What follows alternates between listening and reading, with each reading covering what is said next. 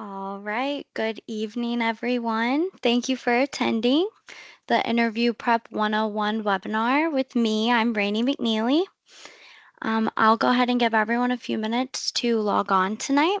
In the meantime, I'll introduce myself. Like I said, my name is Rainey McNeely. I'm a physician engagement specialist here at Practice Match.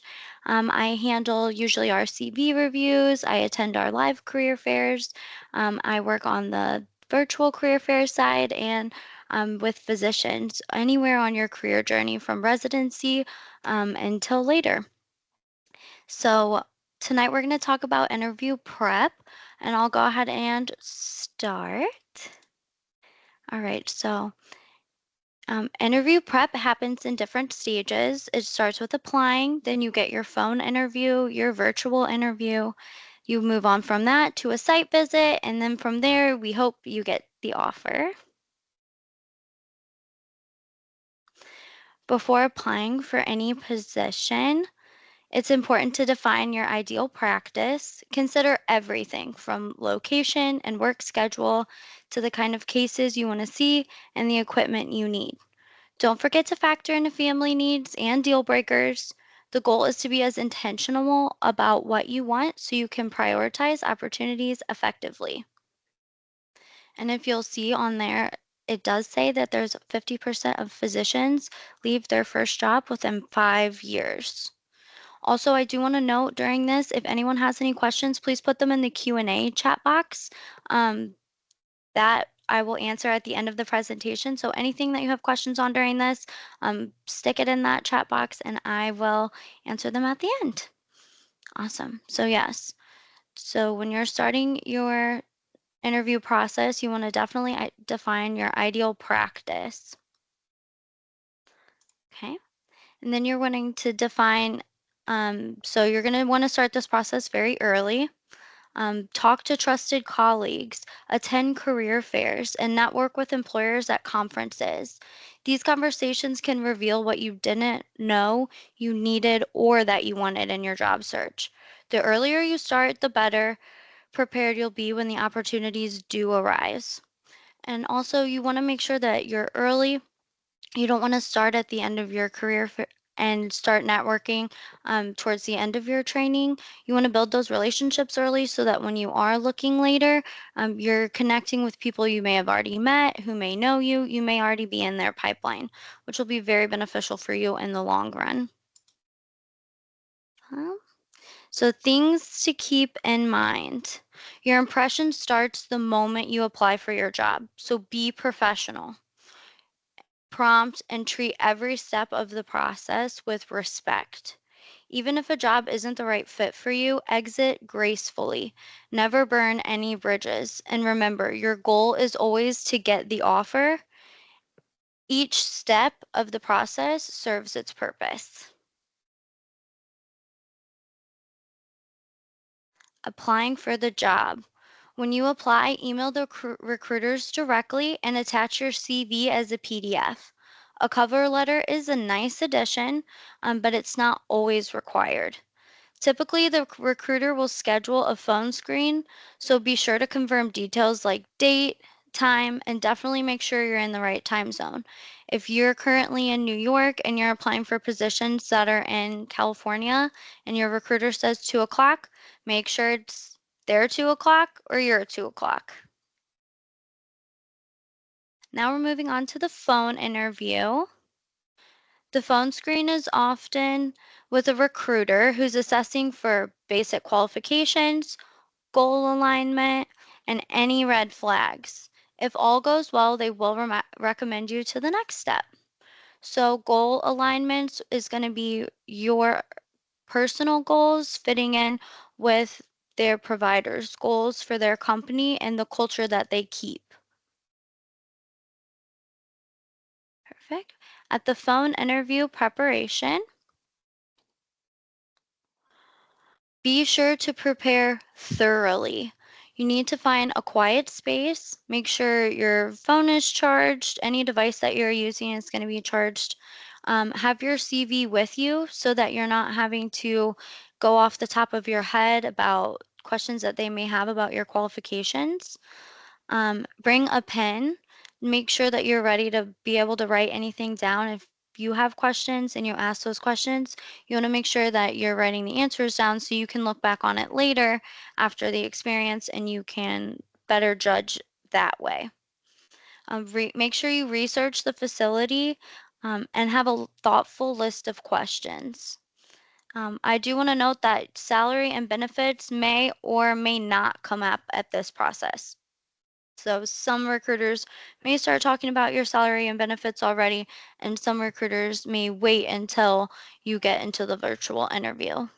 So lists of questions could be things that you bring to the table, would be things about the facilities. You could ask about the team, support staff, culture, turnover.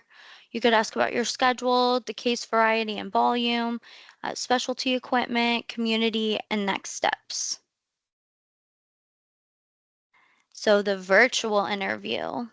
The virtual interview is often with physicians and administrative leaders. They'll dive deeper into your clinical skills, your preferences, and how you'd fit into their operations. Red flags and compensation more likely come up in this stage of the virtual interviews. Perfect. Virtual interview preparation. So, to plan for this, we usually say plan ahead by offering half day blocks on weekdays. So, when you're scheduling with recruiters to have the virtual interview or with the physicians and administrators, just make sure that you're offering at least one or two half day blocks during the weekdays. That's definitely times that they're working. So, you want to meet them where they're at as well as they can meet you where you're at. Make sure you read the itinerary and plan accordingly. You want to make sure you research the facility and the community. Prepare a list of questions for each person that's attending. So if there's more than one person that you're meeting with, make sure that you have questions for all of them, especially if they're handling different positions, different parts of your position. Prepare for the questions that you may be asked. Obviously, you're not going to be able to plan for everything that they're going to ask you, but preparing questions in advance and having answers ready will make you feel more confident and more prepared overall. So if they do throw one out of left field at you, you'll be more comfortable and ready to go. Repeated questions will happen. So in this, just have different ways of answering the same question professionally. Again, you want to make sure you dress professionally, all of your devices are charged, test the platform and your microphone before you get there. Again, make sure you're in a quiet place with no distractions, leave your pets out of the room. Um, Make sure you have good lighting, a clean background. Again, keep your copy of your CV on you. That'll make you feel more prepared and it'll also be a nice reference point for you during the interview. And always have a pen. I feel as physicians, you already know this, but always have a pen. Perfect. Now, in the virtual interview, here's a few questions that you can expect. Um, Can you tell me about yourself? What drew you to medicine? What made you choose your specialty? Where do you see yourself in 5 years? What's your ideal practice? Your most rewarding experience? What would you consider your most difficult case? What procedures do you like? And is there any specialized equipment you would need? These are definitely things you want to think about beforehand before going into your virtual interview. Things you should be prepared to answer. You should also think that they may ask you questions about what your peers would say about you. What do you think the nursing and support staff would say about you? How do you build rapport with your patients? Can you tell me about a time you disagreed with someone about patient care? What do you consider your main strengths? What do you need to improve on? What made you apply? And so forth. I do want to note at the end, this does talk about questions about the community. It is beneficial for you to ask about the community. If you're moving to that community to work for them, you're going to want to know where you're moving to. And that would be a benefit to you to know that. So make sure that you ask those questions. Virtual interview questions to ask about the facilities. How many facilities will you work in? Will you have an office? Where will you do your charting? How many rooms are in the clinics and the physicians' lounges?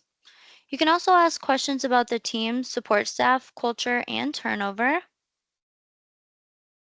Perfect.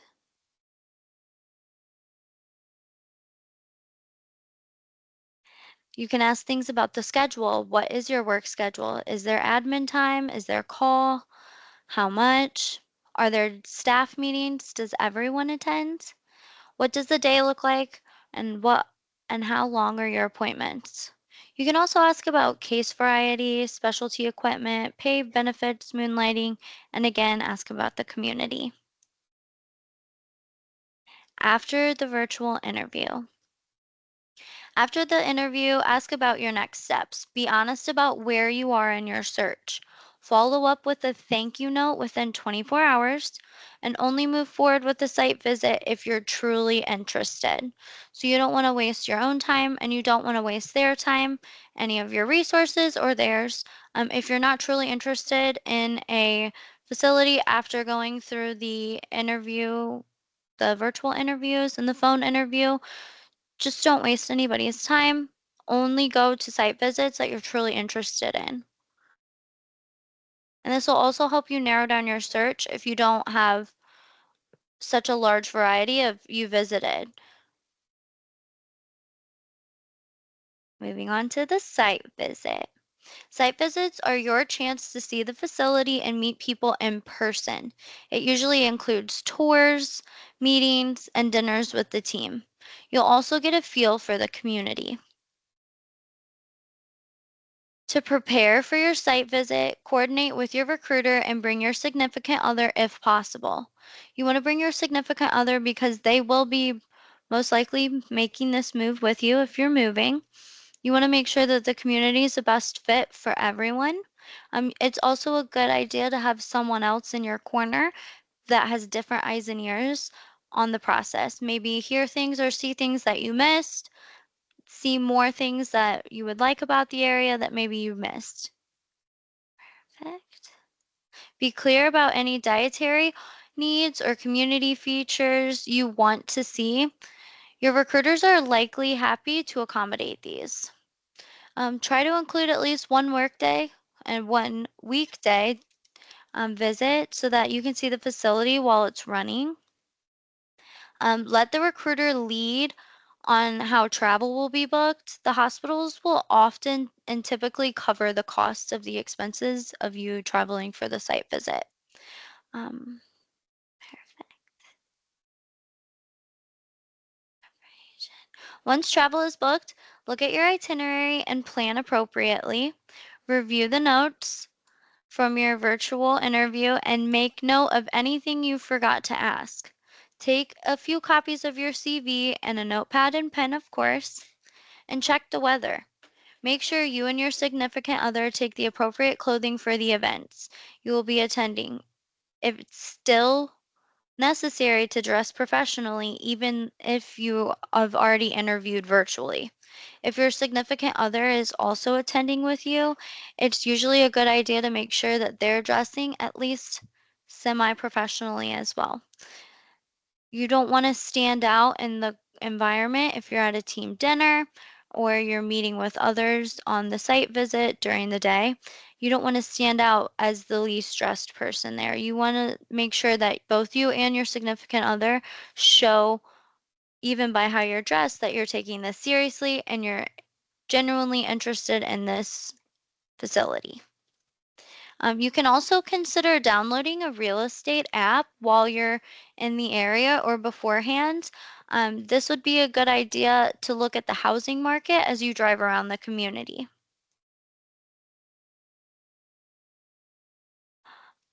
During the site visit, you want to make sure that you are on time, you remain professional, make eye contact, and you avoid fidgeting.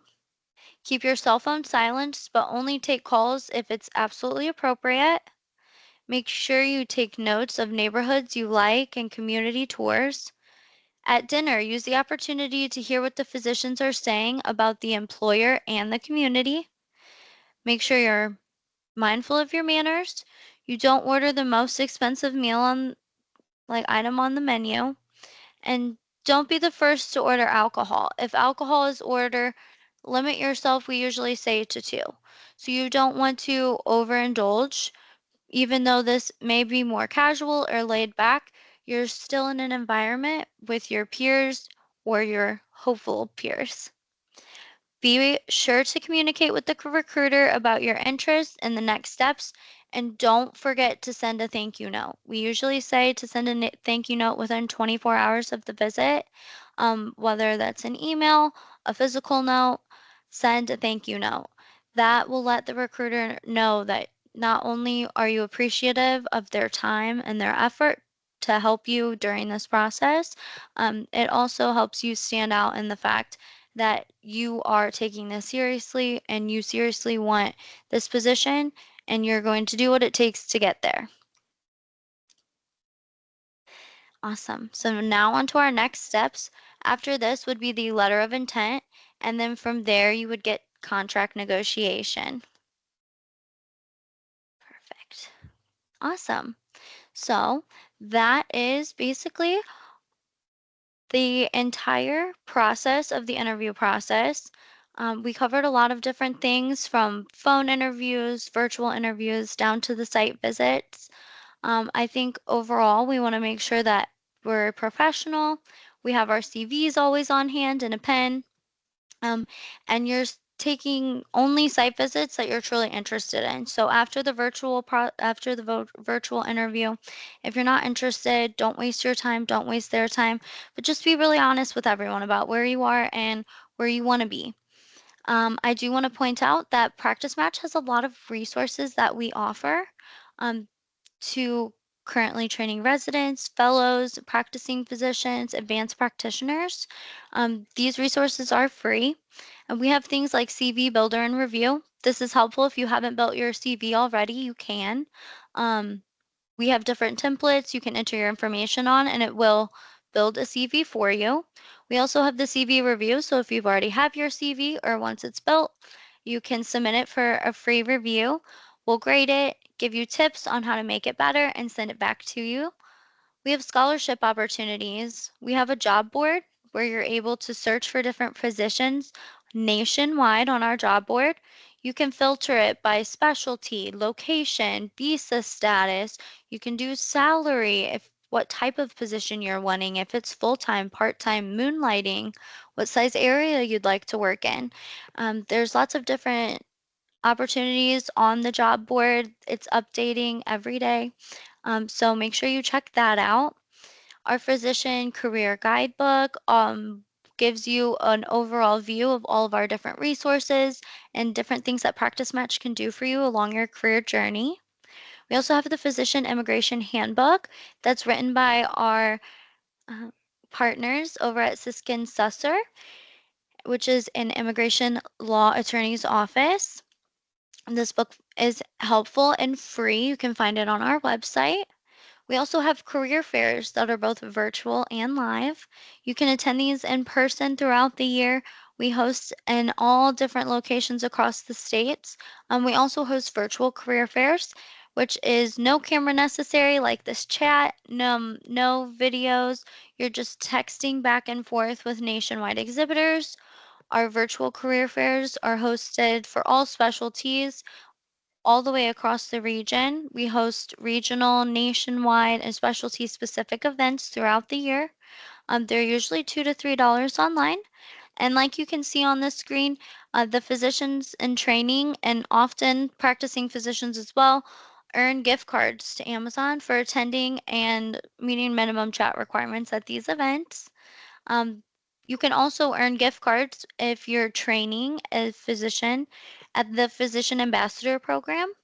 Um, this program is a way for you to promote all of the good resources and events that we have going on to your colleagues. You earn gift cards in the process, and you also build a stronger and larger professional network. We also have things like this Practice Path webinars. Some past topics, other than the interview prep that we talked about tonight, are contract negotiation. We've got different types of recruiters, CV writing. We have immigration update, 2025 coming up with Elisa Taub again next month.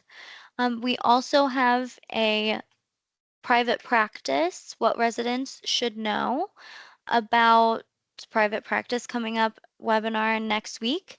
It's gonna, or in 2 weeks, pardon me. Our webinar is gonna be in 2 weeks, 9/16, and it's gonna be with Privia Health. They're gonna be talking about private practice and what every resident and fellow should know if you're wanting to go into private practice, and what you should know on the benefits of what private practice can do for you. We also have information about the job search, CV interview preparation to accepting the job, and more. You can also download our mobile app so you can access all of these free career resources as well as the job board from wherever you're at. If you ever have questions, please feel free to contact me. Again, my name is Rainey McNeely. I'm the Physician Engagement Specialist. You can also check out all of our upcoming webinars on our website. Again, we have the private practice and an immigration webinar coming up in a couple of weeks. I'm going to get on. If anybody has any questions, please feel free to put them into the chat box, and I'll be happy to get those answered. Perfect. It looks like we do have some questions. Awesome. The first question is, how soon is reasonable to start looking for a job for a current resident? Honestly, I attend a lot of virtual and live career fairs.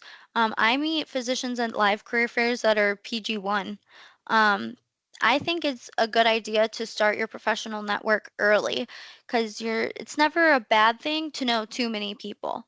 We all know that person that knows everybody, that has every connection, that can hook you up with this person. And it's because they're out there and they're making these connections, they're making and creating these relationships. And I understand that you guys are training and you're really busy. So I personally think start as early as residency starts. Start attending the career fairs, start attending the conferences. You'll learn all about different opportunities you may not have even heard of if you've never attended any of the events. Perfect. What should we highlight about ourselves in reply to the tell me about yourself question? Um, so things I would highlight about yourself would be your personal goals, maybe where you want to be in 5 years. I would also maybe highlight some things that have happened to you, maybe some experiences that you've been through that have made you the physician that you are today, or created the passion that you have for the work that you're doing. These kind of experiences not only will show it's not just you telling them, "Hey, I'm this kind of person." It's giving a story of who you really are. I think that would be the most helpful for you. Is it possible to see past webinars? Yes, you can see all of our webinars actually on our website. If you go to practicematch.com/physicians, or you can just go to our website, practicematch.com, go to the physicians tab. Under career resources, you'll find the webinars, and you will see all of our past webinars. They're all recorded links. They're posted on YouTube and on our website. So you can always find them there. Perfect. Let's see. Do we have any more questions?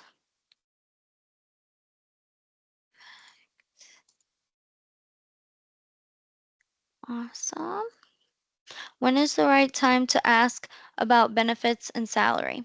So I would say if the recruiters don't bring it up into the interview phone, on the interview phone, like the phone interviews, I would bring it up definitely in the virtual interview. You don't want to get all the way to the site visit and find out that the salary is not meeting your expectations, or the benefits that you're looking for they don't offer.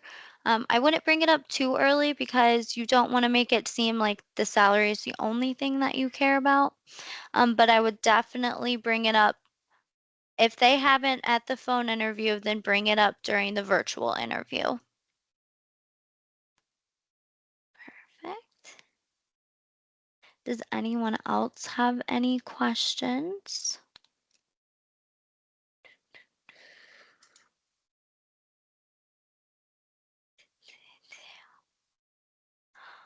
All right. Well, if that's all of the questions that we have for tonight, then I will go ahead and remind everyone that this webinar is being recorded.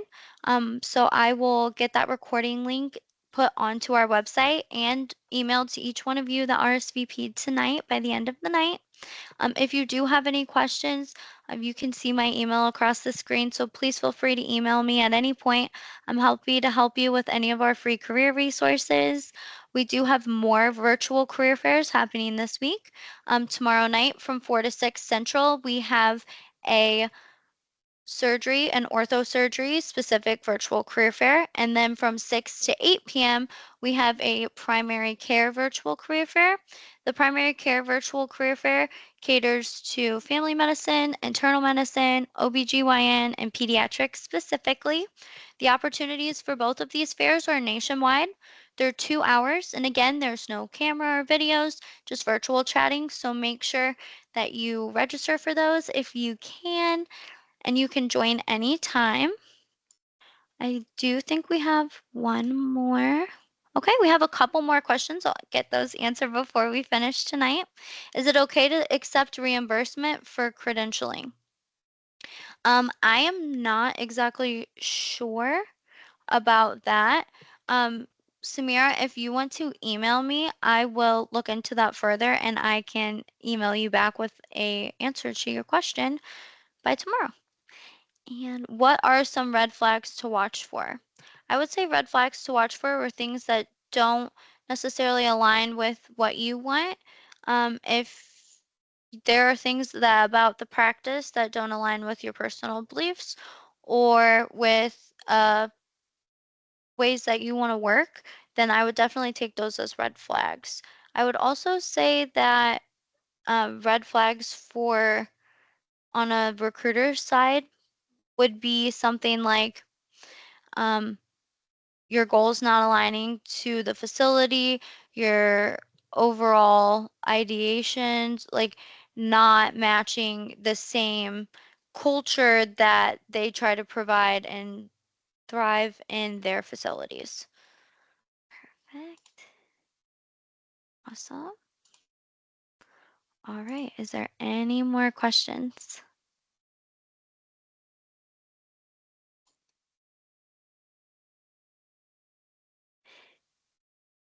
Can can freshers apply for any resident/site jobs? I believe you're talking about like PGY1. Is that what you mean, Dr. Shatal?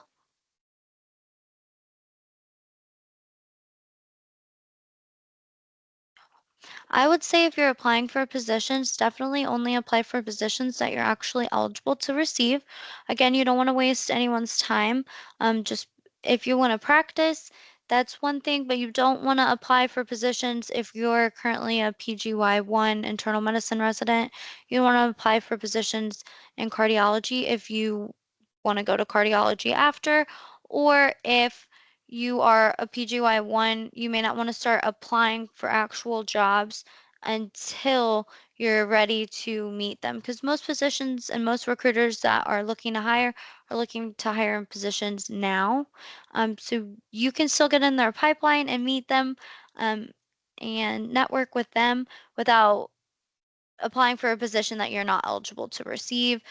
Again, you don't want to waste your time. You also don't want to waste the recruiter's time. Perfect.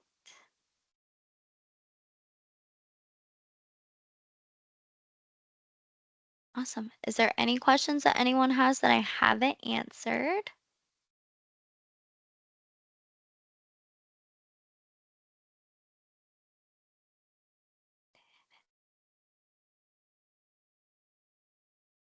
Um, Important things to make sure are in your contract when negotiating.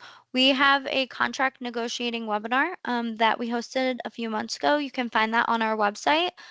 Kyle Clausen is an attorney. They offer resources for contract negotiation. So I would definitely look on there and look on Kyle's website. He'll have the most up-to-date answers and resources for contract negotiation and the things that you're looking for and the things that you make sure you want to have. Again, Kyle Clausen at Resolve. When I send the recording link for this webinar as well, I'll also make sure to include our discount code for Resolve so you can all go over on their website. I believe it's 10% off that you'll receive for their contract negotiation services. Um, Dr. Chatal, I'm not sure what the outdoor patient service.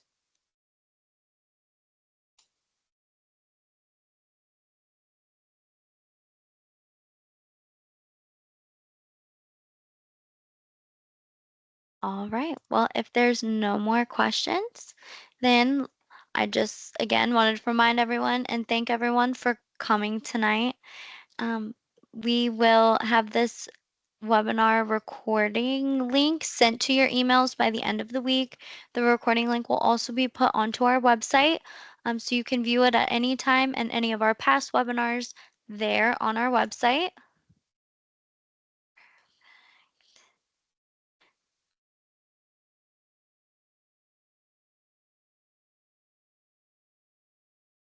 Awesome. Thanks so much, everyone. I hope you all have a wonderful night. Thanks for attending.